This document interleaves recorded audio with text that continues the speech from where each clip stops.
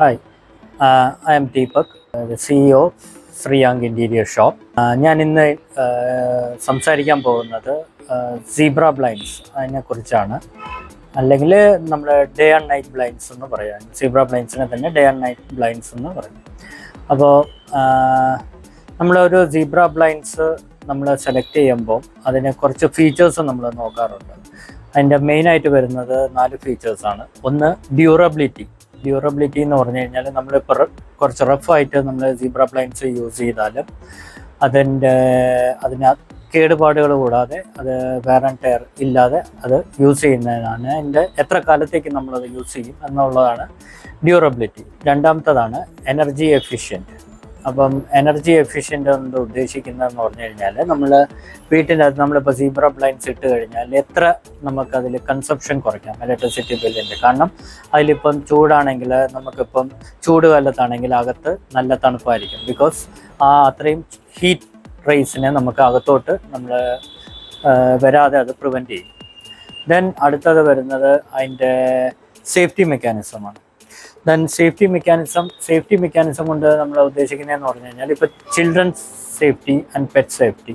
അപ്പോൾ ആ ഒരു മെക്കാനിസം എന്ന് പറഞ്ഞു കഴിഞ്ഞാൽ നമുക്ക് ഡിഫറെൻറ്റ് ടൈപ്സ് ഓഫ് മെക്കാനിസം അതിൽ അവൈലബിൾ ആണ്. സോ ചൈൽഡ് സേഫ്റ്റി ആയിട്ട് നമുക്ക് മോട്ടറൈസ്ഡ് ഓപ്ഷൻസ് ഒക്കെ ഉണ്ട്. പിന്നെ നാലാമത്തെ ഫീച്ചർ എന്ന് പറഞ്ഞാൽ ലൈറ്റ് കൺട്രോൾ.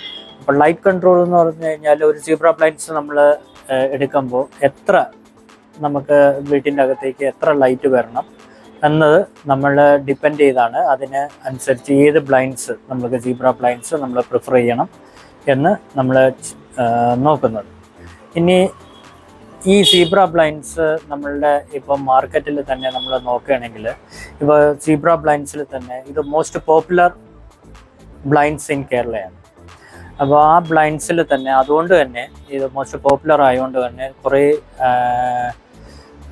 നമുക്ക് ക്വാളിറ്റി കുറഞ്ഞ ലോക്കലായിട്ടുള്ള ഐറ്റംസ് അവൈലബിൾ ആണ്.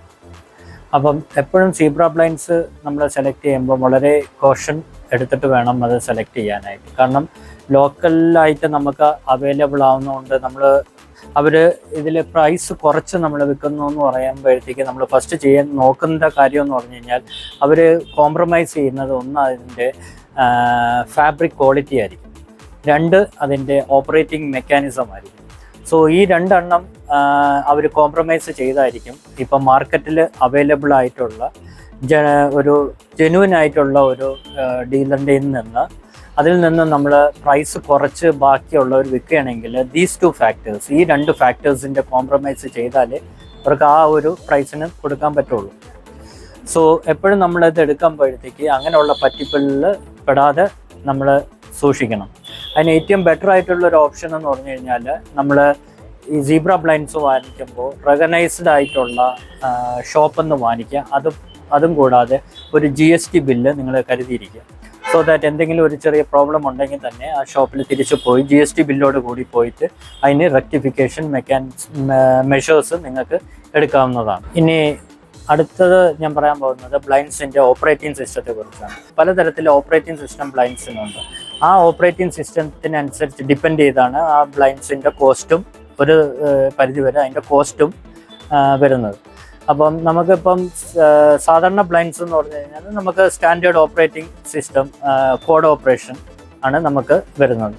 പിന്നെ അല്ലാതെ നമുക്കിപ്പോൾ കുറച്ചും കൂടി ബ്ലൈൻഡ്സിൻ്റെ ഈ പൊസിഷൻ എന്ന് പറഞ്ഞാൽ കുറച്ചും കൂടി ഹയർ ലെവലിൽ നമുക്ക് കുറച്ച് ഹൈറ്റ് കൂടിയ രീതിയിൽ നമുക്ക് ബ്ലൈൻഡ്സ് ഇൻസ്റ്റാൾ ചെയ്യുകയാണെങ്കിൽ നമുക്ക് കുറച്ചും കൂടി ആയിട്ട് ക്ലച്ച് ഓപ്പറേഷൻ സിസ്റ്റം. അപ്പം ബ്ലൈൻഡ്സിന് വെയിറ്റ് കൂടുതലായിരിക്കും. ഇത്രയും ഗ്രാവിറ്റി വെയിറ്റ് കൂടുന്നതുകൊണ്ട് ക്ലച്ച് ഓപ്പറേഷൻ സിസ്റ്റം അല്ലെങ്കിൽ നമുക്ക് അടുത്തതെന്ന് പറഞ്ഞു കഴിഞ്ഞാൽ നമുക്ക് അല്ലെങ്കിൽ അനദർ ഓപ്ഷൻ എന്ന് പറഞ്ഞു കഴിഞ്ഞാൽ മോട്ടറൈസ്ഡ് ഓപ്ഷൻ.